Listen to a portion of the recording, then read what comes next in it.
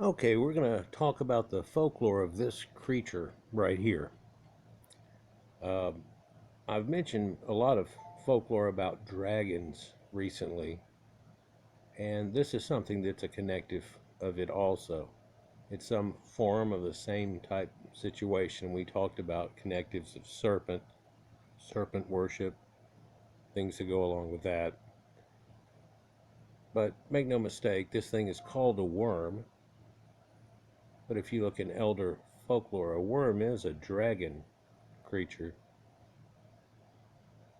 And I know now today you're probably thinking of little fishing worms, and what the hell has that got to do with anything?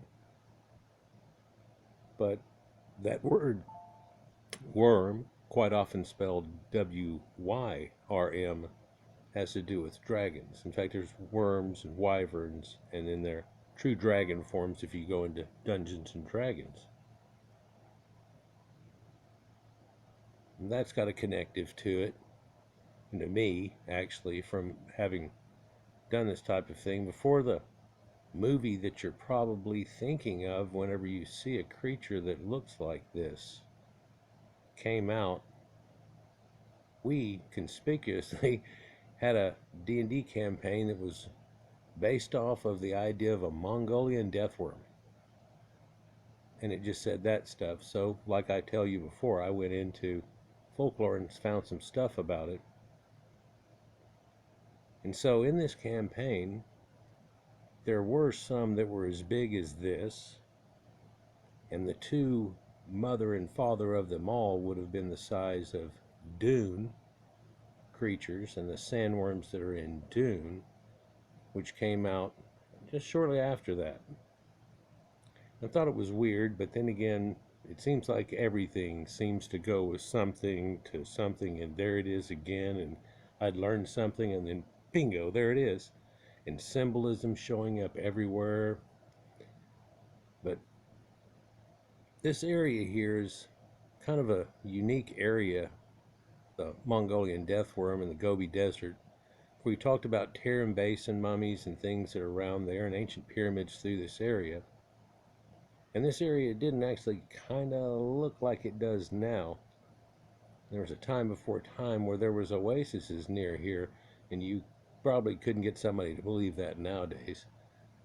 There was a lot of other people that were living here. We've talked about Scythians and the Tocharians and the people that made up this thing, but here's some folklore that's passed back and forth through the Mongolian people, the people we call Mongolians today, and what's derived out of that from the ancient people that were there before. When we did this D&D campaign, just while we've got this picture, rather than going into any of the others and what it says, in our campaign, there was an issue. See, they had this special spice that they had to get, and they could only get it like whenever you kill a whale and you can only get a certain amount of fat out of his head that does the other stuff, you know, the whale oil or whatever you're talking about. They would get a special thing out of this. And I find that, well, that module must have been derived out of those people. He read the books. That's certainly the way that goes. But they had to get a spice, and it was special from these creatures and stuff. Well, the weird connective there that we have in a threefold way is on the ancient spice road that goes way back for the times of Marco Polo and what we're talking about, but also in a connective, for it made these people's eyes turn blue if they had it, and then they instantly became smarter and were able to do things and things that they had forgotten, and it made the land prosper again, and you had to help them out. And so I don't want to go into this long drawn out thing, for there was a whole hierarchy situation that you find out about and you have to go into, and it's really kind of like Dune for dummies, or really dumbed down. But then again, in a campaign, you don't want to have too much of this crap. Some campaigns get into stuff like that, and city campaigns anyhow. So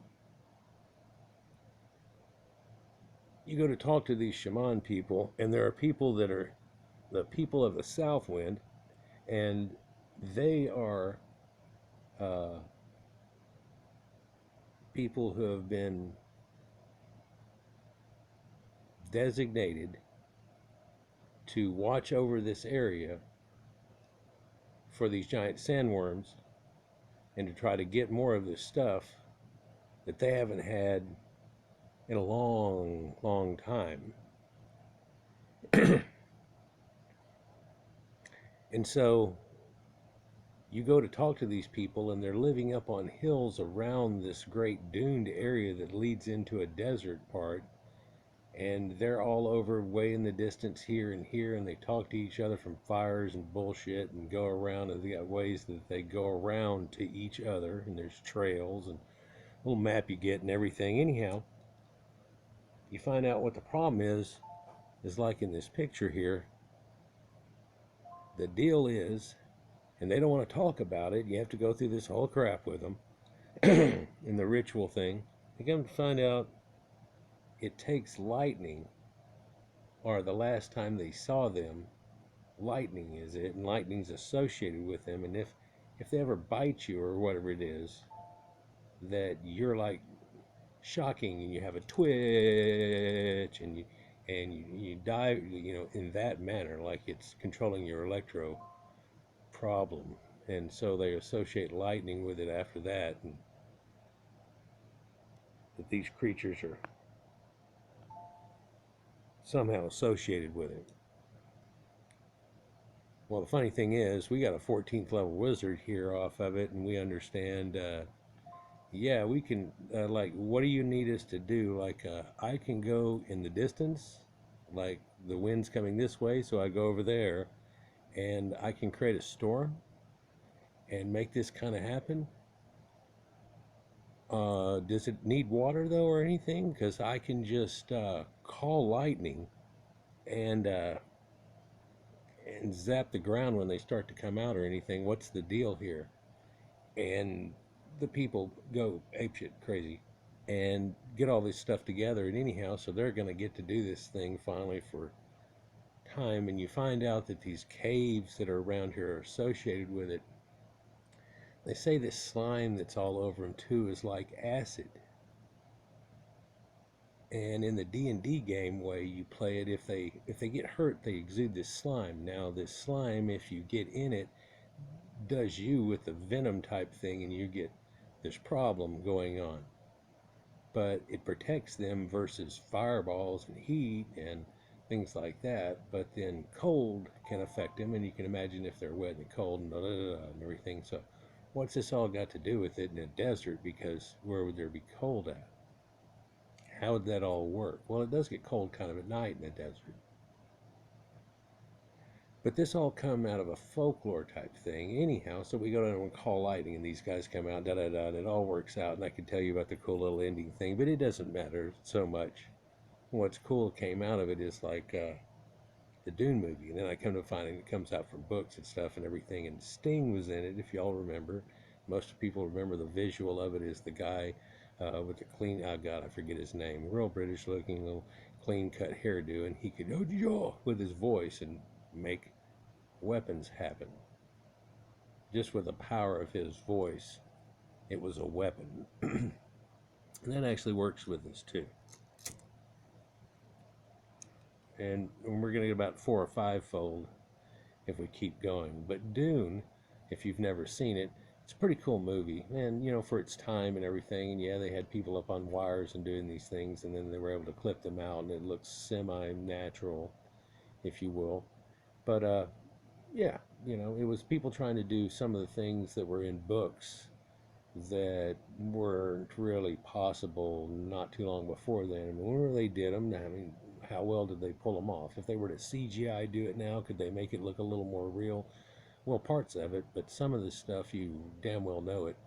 It's just all CGI. In fact, right now, what you would be looking at in Dune was, this is all CGI, and then there's this in this studio, they've got them crawling along looking like they're holding on to a little thing, and they would CGI that up here on top of him and act like you're capturing that guy. If anybody's seen the movie, But make no mistake about it, at that point, that's a dragon.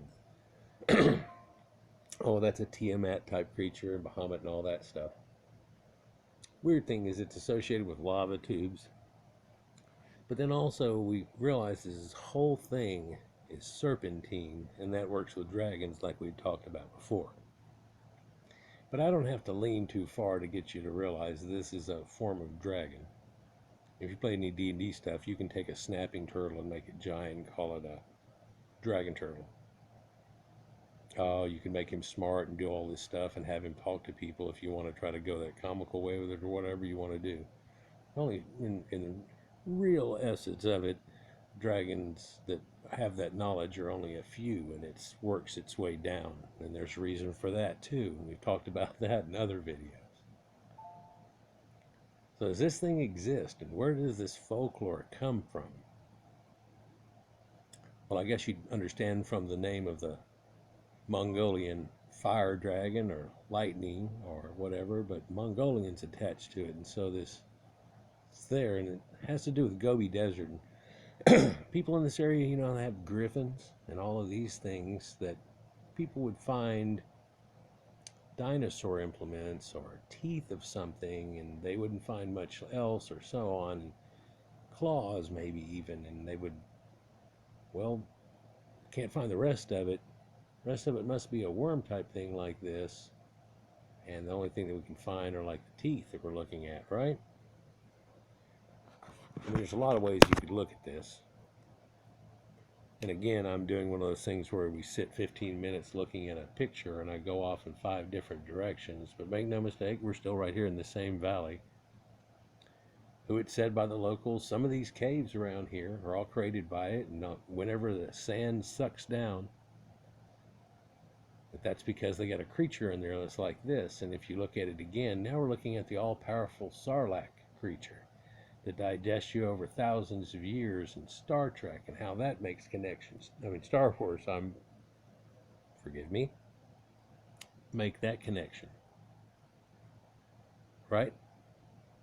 Down in the sand pits, desert type thing, and we've talked about before, it's been a long time, Star Wars and Tatooine and the desert planet and what that means, and Hoth and what that actually goes with the ice and things like that, and the ice gets destroyed. Anyhow, let's just go on and get into this here, for we've probably made enough connections now to go through this. But the D&D thing was pretty cool, and then to come off and find out, well, this Dune thing, but they had a whole lot more to the story, didn't they? Yeah, they're supposed to be redoing that, by the way. I don't know how it's going to work out, and they're probably going to SJW it like crazy and try to ruin it. So, Lord knows. Let's see here, if I can get it lined up right. Looks like it's hanging out left, but searching for the terrifying Mongolian Death Worm. Deep within shifting sands of Gobi Desert lies the elusive Olgoi Karkoi, the Mongolian Death Worm, or so legend has it. That weirdly, if you break that down in linguistics and go through ancient Proto-Indo-Europeans, comes out to actually meaning other people, and that name linguistic going through Greeks actually means something else. I won't go there right now. The Mongolian Death Worm is a bright red worm, mysterious cryptid said to inhabit the southern Gobi Desert. Local Mongolian tribesmen claim to have seen the creature in their travels, but the stories have never been confirmed, even after many attempts by multiple research expeditions over the years. And people have said, well, you know, what you got there is a story of a lamprey. What's a lamprey? I don't know if you've ever seen him, or a hagfish. Because down the sides of this body, there's little dimples and pivots that are going there, and that's where it secretes that slime out that creates that dill I'm talking about. Now, they're supposed to only be about big around as your arm, not a yard long, in a lot of these stories. And they've made a few exaggerations and other things, and the old witch book had some crap like this in there. And this was a thing that afflicted camels. And you go, yeah, that's good. Yeah, okay, so what's it say? Well, it's a tapeworm kind of thing that affects them real bad, and it attaches to the intestines inside of them, and it strickens them, and it's why these ones died out of this group that seemed pretty healthy, and no matter how much they ate, these went away, and I'm like, what the hell? That's what it looked like. What? Yeah, so they says it intestines of a camel and everything. Okay, you following me? But what's it got to do with the lamprey? Well, that's the old other story too. And then, of course, electric eels kind of sounds like it goes with that story too. But whenever the desert gets rain and it shocks up, well, is this an idea that, man, they're so rare? When's the last time it rained here? And they're like about 40 years ago.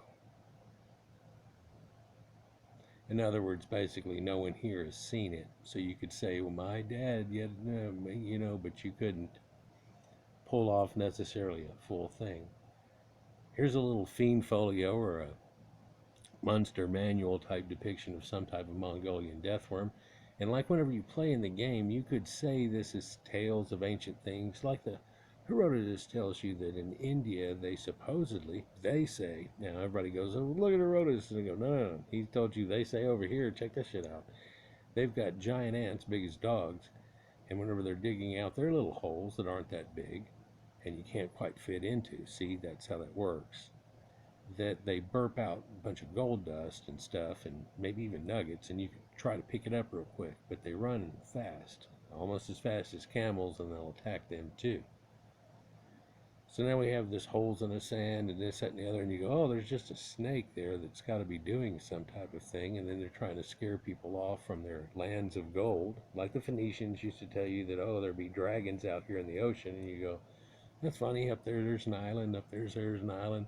It's always dragons, especially leading over to the Americas. What's up with that?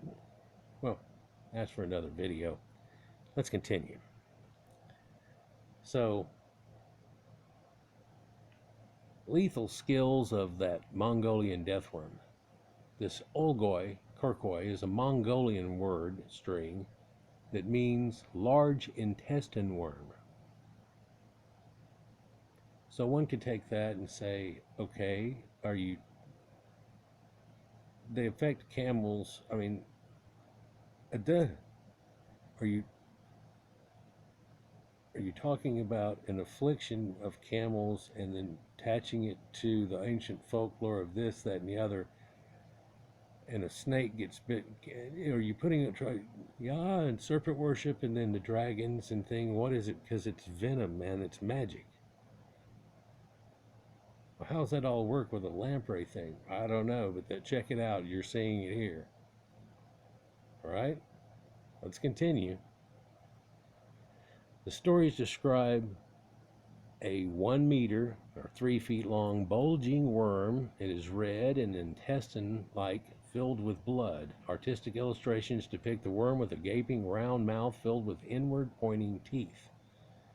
Now one would also say, hold on a minute, I saw the Kraken in that Pirates of the Caribbean thing, and it had a whole lot of things. Ding! Okay, you make that connection. That's an aquatic one. What the hell has that got to do with the middle of a desert?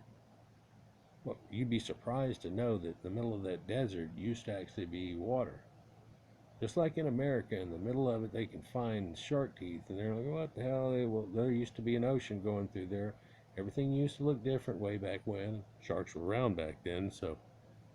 And again, like this situation, all you find is these teeth. And luckily you might find them in a group or whatever, and they get bigger and smaller, and then you go, okay, this was a thing that had a whole round mouth of teeth. It was, man, he was huge. And then you find a shark and you look at his teeth, even a big one, and then you turn around and look at it next to those ones, and you're like, well, that's a little, whoa, this was a creature that was, well, that's Megalodon. Oh, dragons of old, serpents, so on. Some describe it as having a spiky or pointed end and gift it with the ability to spray deadly burning acid at a target. like snakes, things like that, and spitting acid. See, they want to give you, of course, when you play D&D, it's like, oh, well, they can do this, or they can do that, or that, or sometimes if this is triggered, they do that. They have special attacks. Works along with the same folklore and everything. It's amazing, but maybe not. Maybe it's just to go all just along with it too. There are also claims it can discharge electricity from its body, like I was saying, and the death worms will reportedly shoot up from beneath the sand without warning to kill its food, which can be camels and rodents, but unwary humans can be prey as well. We see in some of these stories, this thing's a 3 foot long type deal, and of course that would screw you up pretty bad too, like a snake. And you'd think of something of a snake that was that big and it bit you and everything down.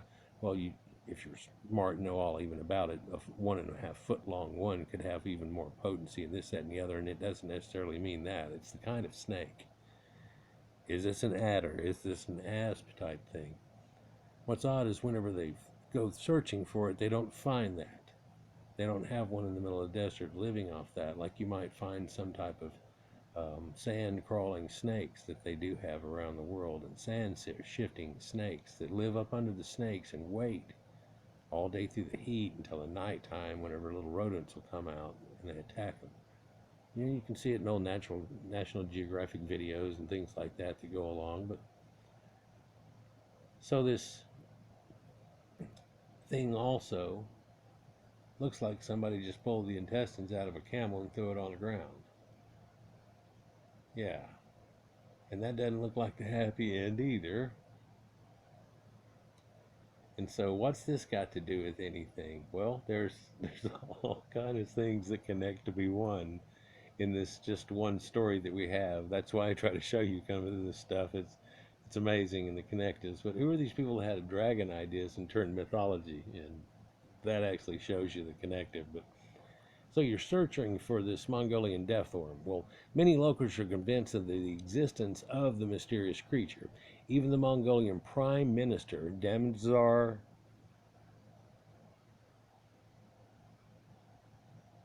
I almost did that right, Damodar, whatever, described the death worm to Western explorers in 1922, just as recently as 1922. Skeptics largely suspect the tales of the killer worm are folklore only, though. Secondhand reports are very descriptive and uniform, but as of yet, none of the accounts have ever been confirmed. Well, that's a reason people have gone on and looked for this thing and stuff. It's because, well, I talked to all these different people and they keep telling you the same thing. And so, apparently, just a few generations back, and these people keep stuff in a folklore way, this story was around and they all got it. They're a little scattered up here now, but it's these Mongolian people in steppes. And why don't you go through this area? Well, you find out what's on the other side from the people where they exactly were way back when, before this happened. And so going that way, what would, you can just die in a desert. You don't try to cross a desert. In some of these stories, though, they're so big that they're what makes the individual dunes and the ribbons that go down there, that this thing is huge, like the Dune creature. And so I think that's, of course, the one that spawned the Dune idea, but Dune was the one that spawned the D&D thing that I found that was right before Dune came out that, wow. But what's that spawned from? Well, it's ancient creatures and stuff. And supposedly, way back when, if you look at their folklore of it, there was this giant one that was killed, and this dude, and and like Thor and other storm god creatures come in a situation, and it called lightning, and it killed this thing. Or it was the cause of its death, and they may have gone with it. And that's strange too, but then whenever you find out that, it starts to make more of a connective, and you go, I know somebody that had a whole lot of stories like that. So you look at this creature, and it looks like a sphincter mouth with teeth on it attached to an intestine, and you're like, what kind of gross creature freak out is this? Many independent researchers, adventurers, and zoologists have searched the farthest reaches of the Gobi Desert to spot the infamous death worm, but none of them have succeeded in it yet, let alone photographing it. These people are people that'll look for cryptid creatures. There's a show that came out not too long ago. I had my wife record it. Supposedly there's 20 recorded. I didn't even watch it because after we got to a little while, I was like, yeah. They're never going to show anything, and they're going to hear a cow 20 yards away at nighttime and go, oh, it's just like that ghost show they're trying to pull off. History Channel isn't necessarily so much real history anymore, but the history of the death worm has been passed down in Mongolia for generation after generation, but only came into the attention of the Western world in the 1920s after paleontologist Ron Chapman Andrews' book described the lore in detail. Andrew himself remained skeptical of its existence. Well, I already made the two connectives and everything in the old witch tale thing that goes on. But this thing can be a 2 to 3 foot creature that can attack you and everything and might bite you and be like a little snake. Go after your camels more than it will you, even though they're bigger than you and stuff. And that involves stepping on them, or almost stepping on them. Then other tales tell you this thing's so big it's what helped make the ancient lava tube caves that go around this. And even the dunes and the way that they ribbon and pile up is it pushing through, trying to go after camels after it came out of the sand. How big is this damn thing you're talking about? Are you talking about the little ribbons in the sand and that's what caused it? Well, yeah, whenever the snake thing comes out of the sand and it runs across it, it makes little ribbons like that. Oh, because you had me believing the giant dunes were made out of it. Well, yeah, there's that tale too. Well, how big is this thing? Or whenever somebody says it's got the kick of a donkey and you don't understand, and you let a donkey kick just something in front of you and you go, oh, I get you now. Now, how much power does this thing have? Are they exaggerating power because whenever it happens, these things die? Right? And that makes exaggeration in size too, like we talked about with giants and situations also. In that formality, there's ways to things to try to describe it, and it gets bigger if it's stronger. A toothache becomes a mountain. Czech cryptozoologist Ivan McClure is credited as being the foremost investigator of the death worm. He learned of the worm from a student and had made a trip to southern Mongolia in 1990 to uncover more. His investigations were difficult, as he found many Mongolians were loath to speak of the legendary beast. Making it more complicated was an order by the Mongolian government outlawing searches for the death worm, and they wanted to confine you to a certain area for certain reasons. But suddenly, eventually, the ban fell, and McCurley was able to search for answers in a certain area. In his book, Mongolsky Zadi, or the Mongolian Mystery, McCurley chronicled the worm from secondhand reports, and the creature was described by some of these people as a sausage-like worm over half a meter or 20 inches long, so they weren't seeing the bigger ones, huh? But maybe that's an average versus a big versus what? Hold on. And as thick as a man's arm, resembling the intestine of cattle. Or I guess that would look pretty much just like the intestine of a camel. Its skin serves as an exoskeleton, molting whenever hurt. Oh, so exuding slime. So we're back to that lamprey creature. I probably ought to grab video of a little bit of a lamprey creature. They can put them in a bucket and then grab them and get the slime off of them. Yeah, and it's almost like an aloe vera gel goo kind of, yeah. But they've taken and gotten extracts out of it and realized, you know what, you can make this medicines out of it and stuff. That's got to be for another Weird Medicines of the World video, even in the modern day, where you think about some old remedies were like freak out stuff. But of course, modern day, they found special things. I remember there was a movie. Oh hell, it was back in the 80s, and it was about these people who went to South American rainforest and they figured out a cure for cancer, and it was especially about these one ants and everything that went along with it that might be extinct if you don't watch out, kind of thing. Trying to be conservationist super movie. Yeah. But yet, what are we going to find?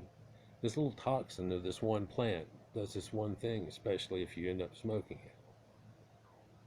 And that's weird. Yeah, this one toxin this thing puts out can kill you, but if we thin it down, it becomes a lot of today's heart medicines. Yeah, we formulate it, make but yeah, works that way. So it molts whenever hurt. Its tail is short, as if it were cut off, but not tapered. But we were looking at a tapered type one, but that leads one to believe other things. There's certain things that you go, what are you describing here? Like a turtle? No, well that still tapers down. It's like it was chopped off. It comes down and it it's chopped off. And they're real explicit about this point. Like it just stops. Like again, like that camel intestine would have looked like. The description, if anything, that you'd give to that. It is difficult to tell its head from its tail because it has no visible eyes, nostrils, or mouth. But wait, the mouth is a ring of teeth, isn't it? Well, the lamprey, if it closes over, you'd be like, which end's what? But something along that line. But it would be a desert lamprey, like a lungfish or something. It can live in the desert for long, long times, and it comes out whenever it rains. And it's got these magic properties to it. I mean, so people went looking for it. He never witnessed it himself, he said, but McCurley eventually determined the Ogokogoy could be real. Well, if you look at what I just said, it could be real, but something out in the ocean. It could be this. It could be an intestinal worm of a cow. And whenever you cut the thing out and get it out of the dead cow, and it's as long as this, and there's the intestine of the cow that's out there. It could is that what we're talking about? And it gets turned into something like this? Well, it's strange how mythologies get twisted up and the power of something that happens. And you could go as silly as saying, well, if somebody was taking and bringing you a bunch of cows and then one of them had something like this happen, you could make up a good story, couldn't you? But out of that one story, was it a real important time whenever people were moving with domesticated camels and things, and something happened that brought about a strong mythology that makes it connective with this, with these blue-eyed people? Because make no mistake, in Dune and everything that goes along with it, and even their folklore, it has to do with people that had blue eyes. And the spice that's going back and forth, it stopped somehow and something happened, and if we could get the spice back going. They said they could have blue eyes too. What spice are we talking about? So what could this thing be? Well, Shuker describes the legendary beast as one of the world's most sensational creatures. Concealed amid the sands of southern Gobi Desert, it spends most of its time hidden beneath the desert sands, but whenever one is spotted lying on the surface, it is scrupulously avoided by the locals. Although the creature is believed to remain mostly below the ground, sightings are said to be more common in June and July. Some say it will only come out when the ground surface is wet. Oh, so it had to do with that. So it's not necessarily lightning storms, but if a lightning storms, then they come up out of the ground. Like when you shock fish, especially if the ground's wet. Shuker himself never reported witnessing the Mongolian death worm, but hypothesized that the worm might be carnivorous amphicinid, a limbless, burrowing lizard that lives in warm climates. And here's a version of what he's talking about. And this is actually, make no mistake, it looks like a snake, but it's actually a type of worm, but it's giant and a little more leathery than the gooey worm that we think of as an earthworm. There's a key right there to show you the length of this thing, and yeah, it's a couple feet long. Other researchers suggest descriptions loosely match the death adder, a member of the cobra snake family. The death adder found in Australia and New Guinea is physically similar to the death worm and is able to spit venom some several feet. And so are we talking about something that used to live there that looked much like this and was a death adder? Well, it's kind of easy in this situation to tell which one's the tail and the head, although the tail of this does look like it's chopped off because of the light end.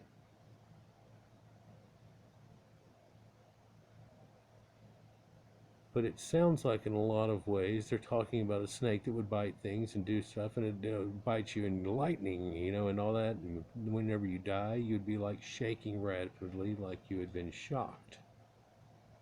In other tales, it seems like we're really talking about an intestinal parasite worm that infested camels at one time in the area. Its reputation for being a clearly unpleasant animal hasn't deterred expeditions into the desert by journalists, entertainment reporters, and reality television programs as recently as 2009. Also, researchers include a National Geographic Channel series on the worm have come up empty-handed and have drawn no definitive conclusions. Could the Mongolian death worm be nothing but legend? Well, yeah, and legend becomes and turns into a myth. Well, it's weird whenever the legend was made in the first place if it was already taken to the point of mythology. And its fact and the people that had done this comes as legend,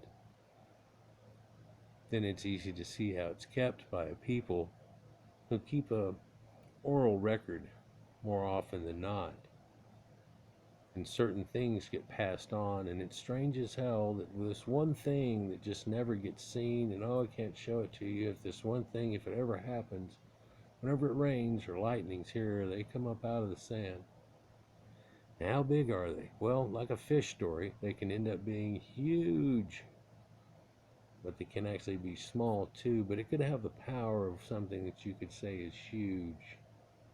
So you can get that odd pejorative point.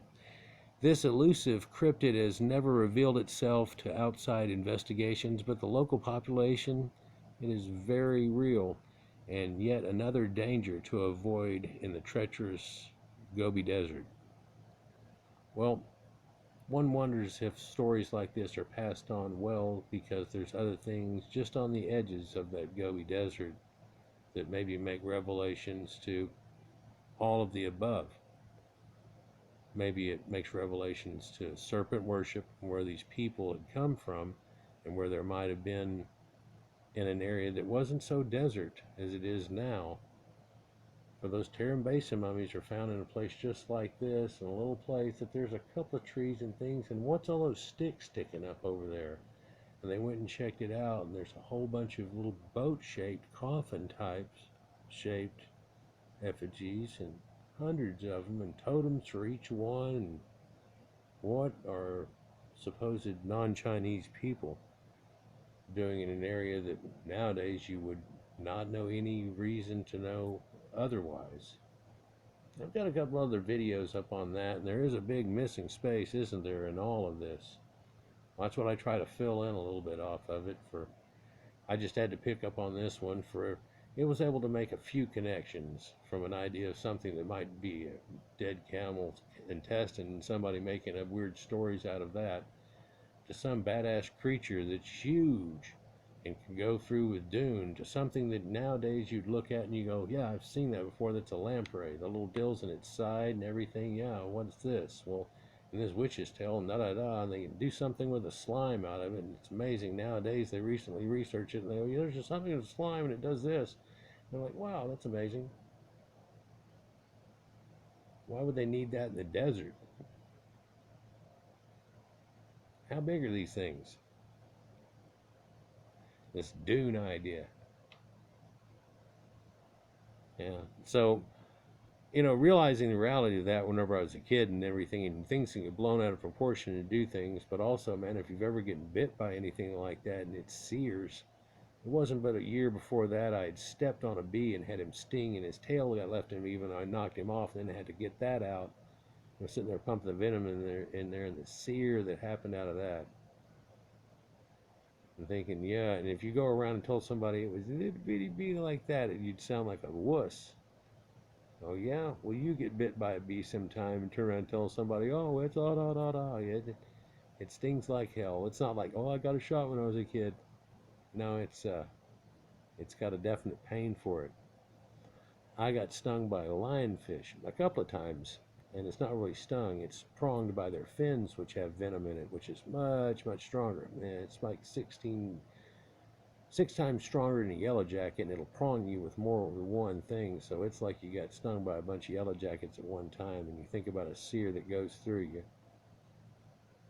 Yeah. And then you try to describe this creature, and it looked like a turkey, and da-da-da. It was floating in the water, and it came up. He's got this big mouth. He snatches fish, and he's decorated like a zebra. And I tell that to a couple of people that get to you. They say there's this zebra, and it's got these spines on it, and it's poisonous and stuff. And what can you make in your mind? Anyhow, what do y'all think about the Mongolian Death Worm?